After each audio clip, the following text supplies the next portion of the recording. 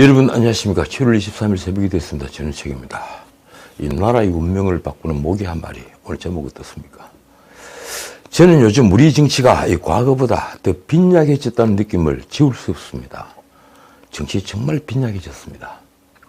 정치판에 마르크스가 프로도형에게 했던 말을 빌리자면 철학이 빈곤한 자들이 훨씬 더 많아진 것입니다. 과거보다 말입니다. 대인이 없습니다. 그러니 그릇들이 작아졌습니다. 대인이 없고 소인배들만 보인다. 이 말은 곧 정치 몰입애들만 득식을 그린다는 말입니다. 입신영달이 목적일 뿐인 자들 말입니다. 철학이 없는 자들이 여든 야든 국정에 개입하면 어떤 일이 벌어질까요? 아놀드 토인비가 명저 역사 연구에서 이런 말을 했습니다. 알렉산드로스 대왕이 모기에 물려 말라리아에 걸려 32살에 죽지 않았다면 그는 지중해와 인도 전역을 정복했을 것이고 로마의 유대인 탄압은 없었을 것이다. 그랬다면 기독교는 출현하지 않았을 것이다. 모기 한 마리가 세계의 운명을 바꿨다는 것입니다. 저는 이 말을 최순실 사건이 터진 사흘 뒤에 제가 진행하던 TV조선 이것이 정치다 클로징 멘트에 인용했습니다. 최순실이 그런 모기가 아니기를 바랄 뿐이다.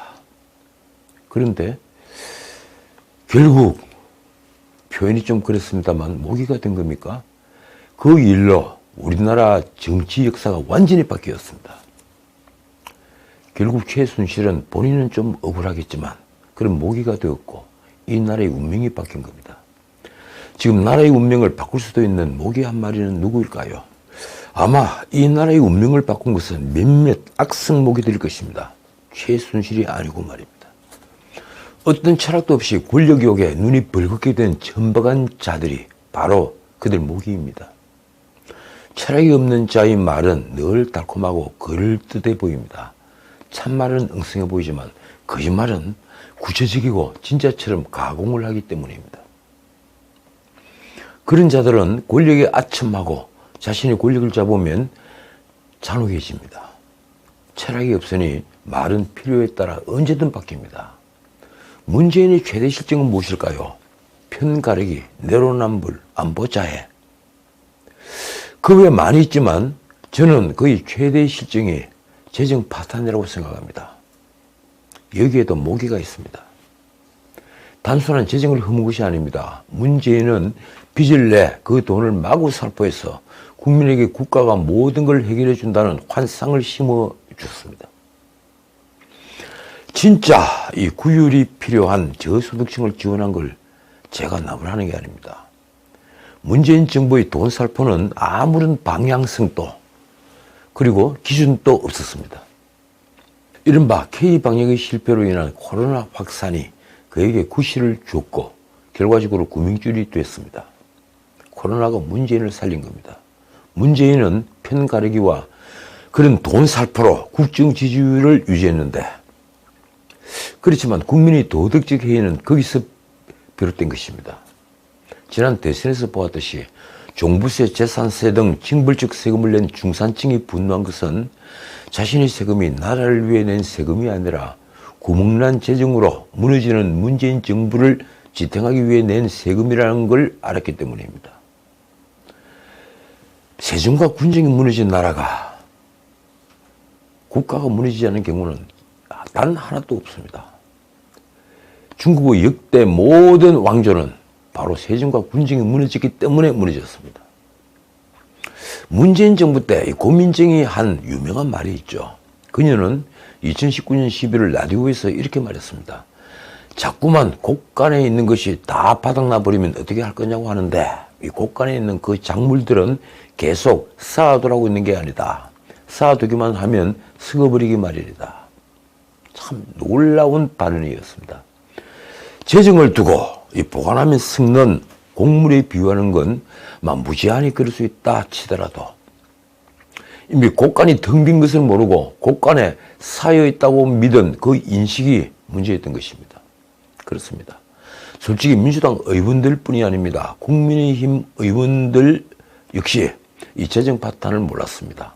아마 지금도 올해 말 국가 채무가 얼마인지 심지어 국가 채무와 국가 부채가 어떻게 다른지조차 알지 못하는 의원들이 절반 이상일 것입니다. 그래서는 민주당은 대선 직전까지 확장 재정을 주장했습니다. 그리고 국민의힘 대다수도 거기에 가담을 했죠. 재정을 우습게 여기는 태도는 사실 2019년에 본격화됐습니다. 2019년 5월 16일이죠. 제가 이 날짜까지 기억합니다. 국가재정전략회의에서 이 홍남기가 국내 총생산, 그러니까 GDP, 이 GDP 대비 국가 채무 비율을 40%대 초반에서 관리하겠다고 보고를 하자. 이 문재인은 느닷없이 그 40%의 근거를 따져 물었습니다. 자기가 야당 대표를 할 때 여당을 공격하던 자료가 바로 40%였는데 말입니다. 그는 적극 재정을 펴라고 지시했습니다. 재정을 허물어 돈을 푸는 확장 재정을 지시한 것입니다. 그때부터 곳간에 쌓아두면 썩는다는 말을 여당 의원들이 공공연히 하고 다녔습니다. 고민정의 말도 거기서 나온 겁니다. 홍남기는 면피성 발언으로 버티다가 권력에 굴종했습니다. 대통령 후보가 된 이재명은 한술 더 떴습니다. 그는 작년 12월 6일 민주당사에서 열린 이 소상공인과 함께하는 전국민 선대위라는 데서 이 서구 G7 국가와 우리를 비교하며 GDP 대비 국가 채무 비율이 100%를 넘어도 문제가 없다고 주장했습니다. 무시는 이렇게 무서운 것입니다. 그랬던 민주당이 야당이 되자 국가 재정이 튼튼해야 한다는 주장을 하고 있습니다. 윤석열 정부가 공정을 세우고 또 그리고 경제를 살리기 위해 문재인 정부의 수탈 정책을 부리고 이 소득세, 법인세, 종부세, 이 감세 정책을 내놓자 비판의 이유로 된 것이 바로 재정 건전성입니다. 그렇게 감세해서 재정을 어떻게 하느냐 이 말이죠. 야당이 되자 입장이 180도 바뀐 것입니다.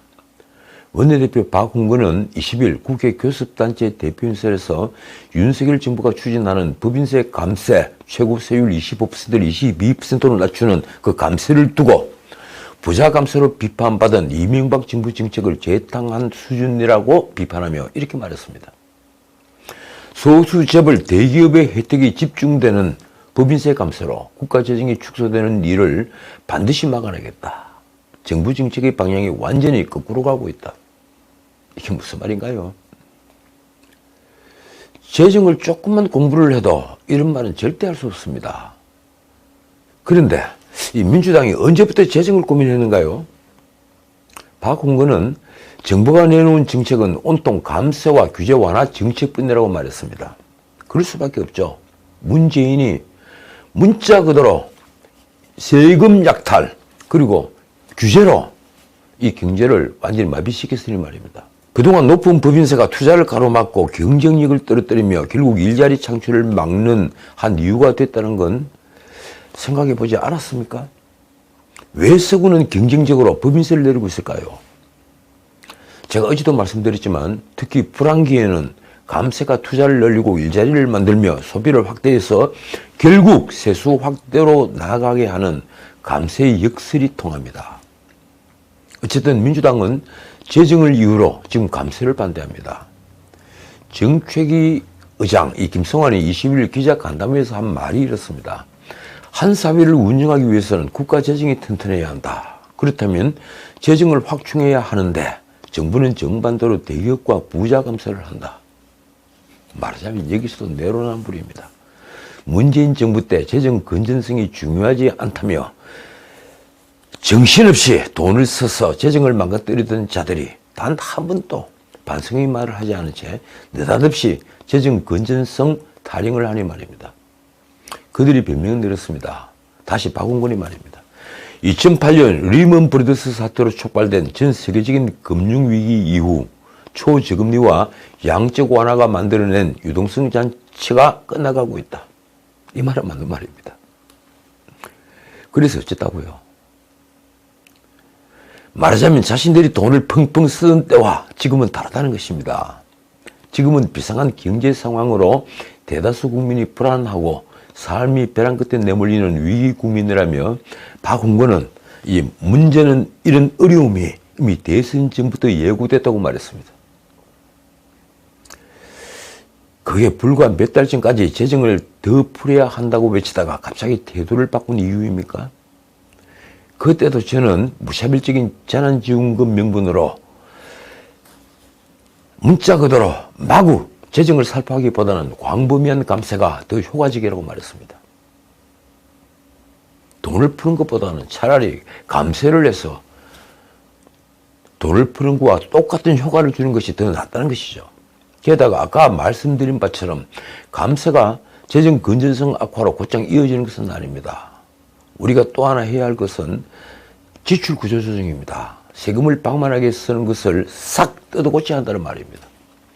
많은 경제학자들은 현재 국내 조세 부담률은 최적 조세 부담률을 훨씬 초과한 상태라고 지적합니다. 조세가 가처분 소득을 줄이고 투자와 소비를 위축시켜서 결국 경제를 위축시키고 있다는 것입니다. 이런 말을 해봤자 그런데 무슨 소용이겠습니까? 소기의 경일기가 될 터이니 말입니다. 자, 다른 문제 찍겠습니다. 파업 50일 만에 대우조선 문제가 해결됐습니다. 노사 간의 협상이 타결된 것입니다. 7천억 원이 넘는 경제적 피해를 남기고 대우조선해양 하청지회 노조의 불법 파업 사태가 22일 노사협상이 잠정협의문을 도출하면서 극적으로 타결이 됐습니다.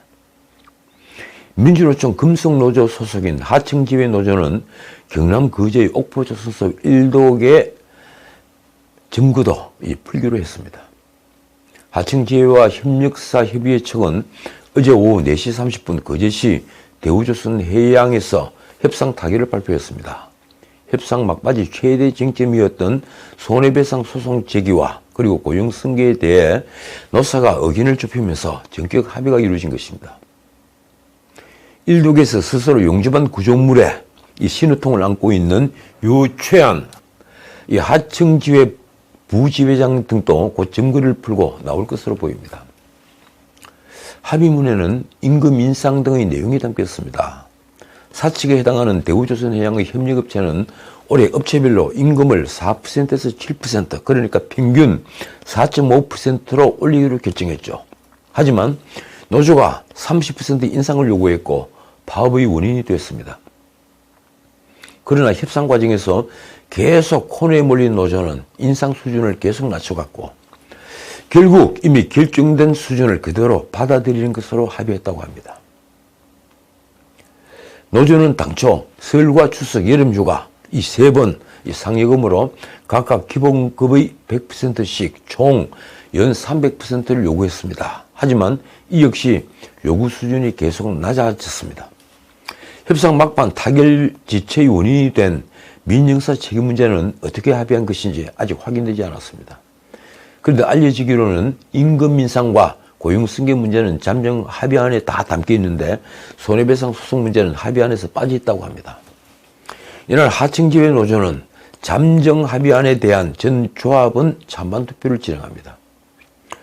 홍지욱 민주노총 금속노조 부위원장 말이 이렇습니다. 만감이 교차한다. 늦었지만 국민들의 지지와 염려 덕분에 잠정 합의에 이르렀기에 머리 숙여 감사드린다. 국민들이 언제 지지했습니까? 만감이 교차하는 게 어디 금속노조 뿐이겠습니까? 그동안 조합원 6명은 유조선 블로그의 15m 위 구조물에 올라가 고공농성을 벌였습니다. 그리고 노조 부회장 유최한은 6월 22일부터 유조선 바닥 위에 가로 세로 높이가 각각 1m밖에 안 되는 철조 구조물에 들어간 뒤에 입구를 스스로 용접으로 막아 자신을 가뒀습니다. 유수도 서러운 상태였고 휘발성 물질인 신호도 드러났습니다. 그런 일독 안으로 다른 사람들은 접근조차 하지 못했습니다. 그러나 지난 14일 정부 담화문을 시작으로 공권력의 압박이 본격화되면서 상황이 바뀌기 시작했습니다. 무엇보다도 불법 파업을 바라보는 사내려진 국민의 시선이 상황을 바꿨습니다. 민노총이 총파업을 결의하고 민변 등이 희망버스를 보낸다며 가세했지만 국민은 이미 고개를 돌렸습니다. 기다릴 만큼 기다렸다는 이 윤석열 대통령 말이 오히려 호소력이 있었습니다. 대통령이 그 말에도 협상에 별다른 진척이 없자 정부 내에서도 공권력을 투입해야 한다는 목소리가 높아졌습니다. 경찰 진입이 눈앞에 보이는 데다가 오는 23일 조선소 휴가가 시작돼서 이 파업이 더 이상 효과를 발휘하기 어렵게 되자 결국 노조는 아무것도 얻지 못한 채 물러나기로 한 것입니다. 지금까지 확인하기로는 아무 소득도 없습니다. 그런데 여기서 우리가 꼭 하나 알아야 할 점이 있습니다. 무엇이 그들을 파업으로 나가게 했는가? 이 원론적인 질문에 대한 고민을 우리 모두 해야 합니다. 그들이 현 소득은 솔직히 최저임금을 조금 넘는 수준입니다. 다시 조선 화랑이 되더라도 그들이 그 대가를 받을 기회는 사실상 없다고 합니다. 이 구조적인 문제를 어떻게 해결해야 할까요? 이 답을 얻어내야만 우리 조선 산업뿐 아니라 노동 친화적 산업의 미래가 있을 것입니다. 자, 정치판 또 희소식이 하나 들렸습니다. 여야가 53일간의 대치를 끝내고 원구성에 합의했습니다. 법사위원장은 원래 약속대로 국민의힘이 맡습니다. 행안위와 과방위는 여야가 1년씩 교대로 맡기로 했습니다. 상임위 배분은 여야가 7대 11입니다. 후반기 국회 원구성 합의안은 여야가 서로 주안점을 둔 사안을 두고 협상 카드를 주고받은 끝에 마련된 절충안입니다. 국민의힘은 집권 여당으로서 대통령실이 연관된 국회 운영위를 비롯해 외교, 안보 등 국가 운영과 관련한 상임위를 가져왔다는데 이의를 부여하고 있습니다. 합의안 발표 후 권성동이 한 말이 이렇습니다. 집권 여당이기 때문에 국가를 운영하는 데 있어서 중추적인 상임위를 다 맡았다. 비록 비인기 상임위이지만 중추적인 상임위를 다 맡았다. 그런데 속마음은 행정안전부, 경찰국 설치 이슈가 있는 행안위와 그리고 국회 법안 처리에 관문 역할을 하는 법사위를 확보해냈다는 점도 성과로 보고 있습니다. 반면 민주당은 계획대로 행안위와 과방위를 모두 차지하지는 못했지만 과방위를 지켜서 한상혁 방송통신위원장에 대한 사퇴 압력 등을 막아낼 수 있게 됐습니다.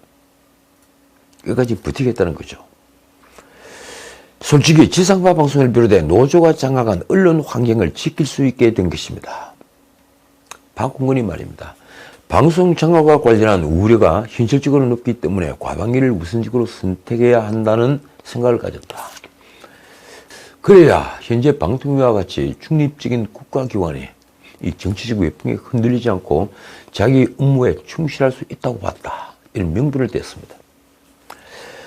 그런데 묻겠습니다. 이 방송 장악은 도대체 누가 하고 있는 것인가요? 국민의힘이 방송을 장악하고 있습니까? 장악을 할 위험성이 있는 겁니까? 어쨌든 민주당은 1년 뒤 총선을 앞둔 시기에 행안위를 맡아 치안 및 선거관리 등에 대한 여건이 있김을 사전에 차단할 수 있게 됐다고 말합니다. 또 민주당은 이른바 검수완박 권한쟁의 심판사건에 대한 이 국회의 법률적 대응을 담당하는 형사사법체계 개혁특별위원회를 맡게 됐습니다. 그러니까 법사위가 아니라 형사사법체계 특별위원회라는 걸 만들어 거기서 이 국회를 대리한다는 것입니다. 정치개혁특별위원회 위원장도 가져와서 정치개혁 이슈를 함께 띄울 계획입니다.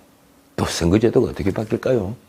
반면 국민의힘은 연금개혁특별위원회의 위원장을 차지해서 연금개혁 이슈를 주도할 수 있게 되었습니다. 이틀 전 이 국민의힘 권성동의 국회 대표연설을 제가 아주 짧게 찍겠습니다. 시간이 없었습니다. 그는 윤 대통령이 지난번에 말했던 연금노동교육개혁을 한국 사회의 해묵은 개혁과제로 꼽으며 논의를 본격화해야 한다고 말했습니다. 사실 노동개혁은 시간을 다투는 문제인데 이 민주당이 국회 절대 다수인데다가 이 민노총을 비롯한 노조들의 존재 때문에 이 문제는 집권 초기에 사회적 합의를 도출하지 못하면 절대 성공할 수 없는 어젠다입니다. 이미 시간이 2달이나 지나갔습니다.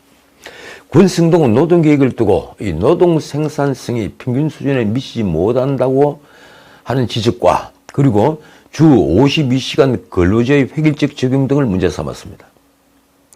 지금 노동 문제에서 핵심은 세계에서 가장 높은 노동 경직성과 그리고 낮은 생산성입니다.